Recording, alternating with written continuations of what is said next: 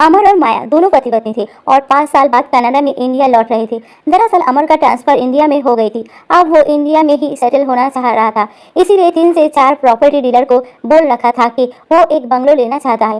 Property dealer ने काफ़ी सारे बंगलो दिखाया, मगर अमर को और माया को कोई भी पसंद नहीं आया। आखिरकार उनको एक बंगलो उनके पसंद का मिला और जल्दी ही सारी फॉर्मेलिटी खत्म कर डील फाइनल कर दी। और ये बंगला काफ़ी सालों से बंद पड़ा था, पर था वेल मेंटेन, मार्केट रेट से सस्ते में भी मिल रहा था। कुछ ही दिनों में अमर और माया नए घर में रहने आ गए। उसी रात अमर और माया बेडरूम में सो रहे थे, तभी अचानक एक आवाज़ से उनकी नींद खुल गई। अमर ने माया की तरफ देखा और माया भी अचंभित थे कि इतनी रात को किसी की रोने की आवाज़ कहाँ से आ रही है। नया घर था तो डर ज़्यादा लग रहा था, फिर भी दोनों ने सोचा कि देख तो ले आवाज़ कहाँ से आ रही है। दोनों उठे, लाइट चालू की, पर लाइट तो खराब मौसम के कारण से बंद थी। अमर टॉर्च ली और आगे बढ़े। आवाज़ नीचे की ओर से आ रही थी। वो लोग नीचे की ओर गए। आवाज़ हॉल में से आ रही थी। अब अमर और माया को और भी ज़्यादा घबराहट हो रही थी। अमर ने आवाज़ जिस ओर से आ रही थी वह टॉर्च की तो दोनों हक्के बक्के रह गए।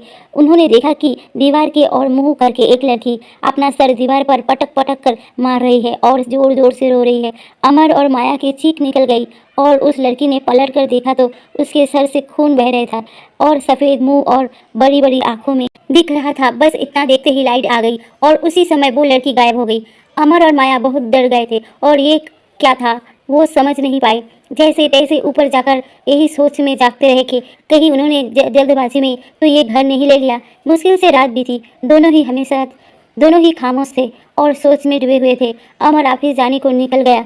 माया भी अपने काम में लग गई। दूसरे दिन रात को वही रोने की आवाज़ आ रही थी। फिर माया और अमर उठे और बेडरूम के बाहर आए तो पता चला इस बार आवाज़ सामने वाले बेडरूम से आ रहे हैं।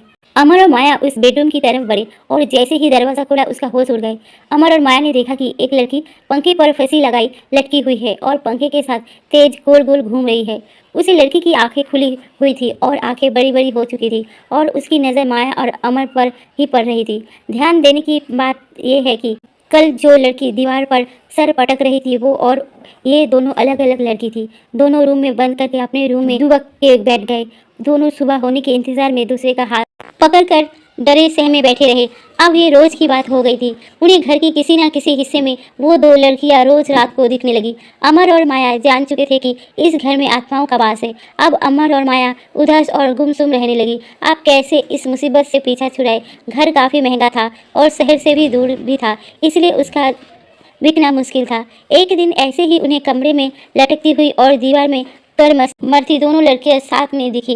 अमर ने हाथ जोड़कर चिल्लाकर कहा, हमसे कोई गलती हुई तो माफ़ कर दो और यहाँ प्लीज़ मत आओ और हमें मत डराओ। इतना बोलते ही वो दोनों लड़कियां गायब हो गई। अगली रात को अमर की आंख खुली और देखा तो माया वहाँ नहीं थी। अमर माया का नाम पुकारते पुकारते रूम से बाहर निकला। अमर को एक अजीब आवाज़ सुनाई दी। अमर आवाज़ की तरफ आगे बढ़ा तो पाया कि आवाज़ घर के पिछवाड़े से आ रही थी। अमर ने वहाँ जाकर देखा तो हैरान रह गया। माया जमीन पर बैठकर अपने हाथों से जमीन में गड्ढा खोद रही थी और भारी आवाज़ में घुराई जा रही थी। अमर बहुत डर गया था, फिर भी हिम्मत करके माया का नाम पुकारता आगे बढ़ा, पर माया तो दोनों हाथों से गड्ढा खोदने में लगी हुई थी। मानो माया पर जैसे कोई पागलपन या कोई जानवर सबर हो गया था। अमर ने पास जाकर माया का चेहरा देखा तो घबरा कर 4 कदम पीछे गिर पड़ा। देखा कि सफ़ेद चेहरा और बड़े बड़े बिना आंखों के गड्ढे में कोई हैवान है। जैसे अमर ने पूरी हिम्मत इकट्ठा करके माया का नाम लेकर चिल्लाया और माया वही बेहोश हो गई। डरते हुए अमर माया के पास गया और उसको गोद में उठाकर अंदर ले गया। थोड़ी देर में होश में आई माया की पूरी कहानी पता चल गई थी। दरअसल वो दोनों प्रेत आत्मा ने माया के शरीर में प्रवेश कर उसको सब बता दिया था। माया ने अमर को सब बताया कि वो जो बंगलो था यहाँ कई साल पहले फार्म हाउस हुआ करता था। फार्म हाउस के मालिक दूसरे शहर रहा करता था और कभी कभी आया करता था। वो चरित्र से अयासी और शराबी था। एक बार वो अपने दोस्त के साथ यहाँ आया हुआ था और आते वक्त रास्ते में उनकी नज़र लड़कियों पर गई। उनके मन में कुविचार जागे और उन्होंने दोनों लड़कियों को अगवा कर लिया। अपने फार्म हाउस पर जबरन लेकर गए। जानवरों से बचने के लिए लड़कियों ने एक कमरे में अपने आप को बंद करके खुद को फांसी लगा ली और दूसरी लड़की इनके बाहों में नहीं आया तो उसका सर दीवार में मार मार कर बेहोश कर दिया। डर के मारे उन्होंने उन दोनों को वही बारामती में गड्ढा खोद कर दफना दिया। एक जिंदा और एक मरी हुई लड़की को एक साथ दफना दिया। बड़ी तकलीफ में उस जिंदा लड़की ने जमीन में अपना दम तोड़ा।